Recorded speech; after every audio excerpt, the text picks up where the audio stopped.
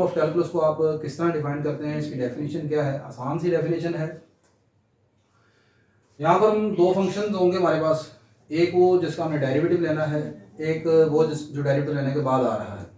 Fundamental theorem of calculus को समझने से पहले आप जरा इस चीज़ को देखिएगा। अगर मैं आपसे पूछूं कि एक्स स्क्वायर का डेरिवेटिव क्या है, आप मुझे सिंपल कहेंगे एक्स स्क्वायर का डेरिवेटिव 2x है। अब अगर मैं ये कहूँ कि एक्स स्क्वायर को क्या कहते हैं और 2x को क्या कहते हैं, यानी जिसका डेरिवेटिव लिया गया है उसको मैथमेटिक्स की लैंग्वेज में क्या कहा जाएगा, और जो डेरिवेटिव लेने के बाद आंसर आया उसको क्या कहते हैं। तो जो डेरिवेटिव लेने के बाद आंसर 2x आया है, दिस इज कॉल्ड डेरिवेटिव। ये तो आपका है derivative of 2x, derivative of x square. और एक्स स्क्वायर कौन है? X square is called anti derivative. क्या कहलाता है? This is called anti derivative, यानी जिसका डेरिवेटिव लिया गया हो वो कहलाता है एंटी डेरिवेटिव, जिसका डेरिवेटिव लिया गया हो और जो आंसर आया है वो डेरिवेटिव कहलाता है। तो this is called anti derivative of 2x। ठीक है, बात समझ आएगी नहीं? जिसका डेरिवेटिव लिया गया है वो एंटी डेरिवेटिव कहलाता है, जो आंसर आया है वो डेरिवेटिव है। तो यहाँ पर फंडामेंटल थ्योरम ऑफ कैलकुलस में दो फंक्शन होंगे हमारे पास, आप उनका नाम कुछ भी रख सकते हैं, F G, small F, capital F. ठीक है, एक वो जिसका हमने डेरिवेटिव लेना होगा और एक वो है जो कि डेरिवेटिव लेने के बाद आया है। बस इस चीज़ को आपने ज़हन नशीन रखना है। मैंने लिखा कि अगर एफ ऑफ एक्स आपके पास एक कंटिन्यूअस फंक्शन है इस क्लोज इंटरवल ए बी के ऊपर, एंड फाई ऑफ एक्स एक दूसरा फंक्शन है जिसका डेरिवेटिव लिया गया है, तो एफ ऑफ एक्स आ गया। तो जिसका डेरिवेटिव लिया गया है उसको क्या कहना चाहिए? Anti derivative. That is phi of x is called anti derivative of f of x. Then अब fundamental theorem of calculus start होने लगा। पहले ये जस्ट आपने सपोजिशन लिखी है, कुछ सपोजिशन है। अब फंडामेंटल थ्योरम ऑफ कैलकुलस कैसे स्टार्ट होगा?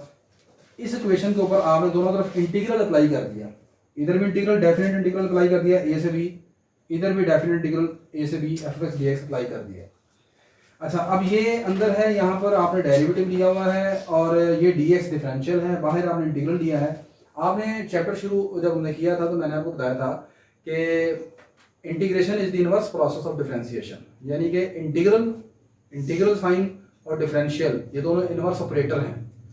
तो यहाँ पर ये इंटीग्रल और डिफरेंशियल आपस में खत्म हो जाएंगे। यहाँ पर ये सिंपल रहेगा, यहाँ पर फाई ऑफ एक्स इधर, और ये इंटीग्रल खत्म हो जाएगा, ये लिमिट्स आ जाएंगी ए से बी, और ये एज इट इज वैसे ही आ जाएगा।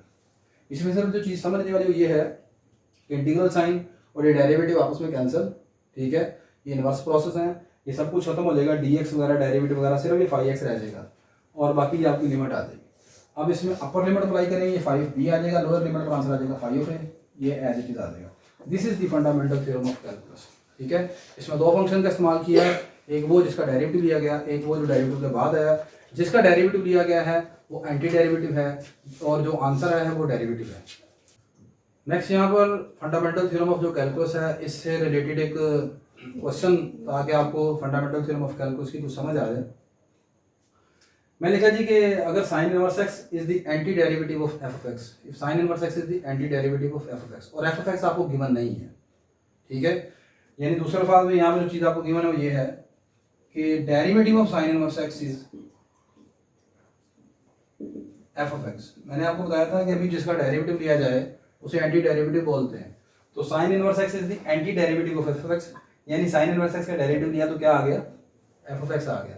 आपसे पूछा ये जा रहा है कि एफ ऑफ एक्स की वैल्यू तो गिवन नहीं है।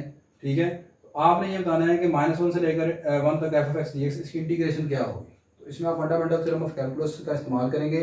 यहाँ पर हमें एफ ऑफ एक्स की ज़रूरत भी नहीं है। फंडामेंटल थ्योरम ऑफ ये कैलकुलस क्या कहता है कि असल में यहाँ पर जो साइन इनवर्स एक्स है वो फाई ऑफ एक्स की वैल्यू है। ठीक है ना, sine inverse x is the value of phi of x. तो इसका सिंपल आंसर बनेगा ये चीज़, phi of B minus phi of A, यानी कि ये आएगा sine inverse 1 minus sine inverse -1, ये ऐसा आ जाएगा। ठीक हो गई बात ये। अब ये साइन इनवर्स 1 क्या होता है? साइन इनवर्स 1 होता है π/2 और साइन इनवर्स -1 क्या होता है? -π/2। This will become π/2 plus π/2 that is equal to pi. Clear होगी बात करें? तो ये आपके पास फंडामेंटल थ्योरम ऑफ कैलकुलस का इस्तेमाल है यहाँ पर। आई होप कि आपको समझ आया होगा। फिर ये वीडियो अगर आपके लिए हेल्पफुल हो तो इस वीडियो को लाइक कीजिएगा, शेयर कीजिएगा, चैनल को सब्सक्राइब कीजिएगा। इंशाल्लाह नेक्स्ट लेक्चर में आपसे दोबारा मुलाकात होती है। अल्लाह हाफिज़।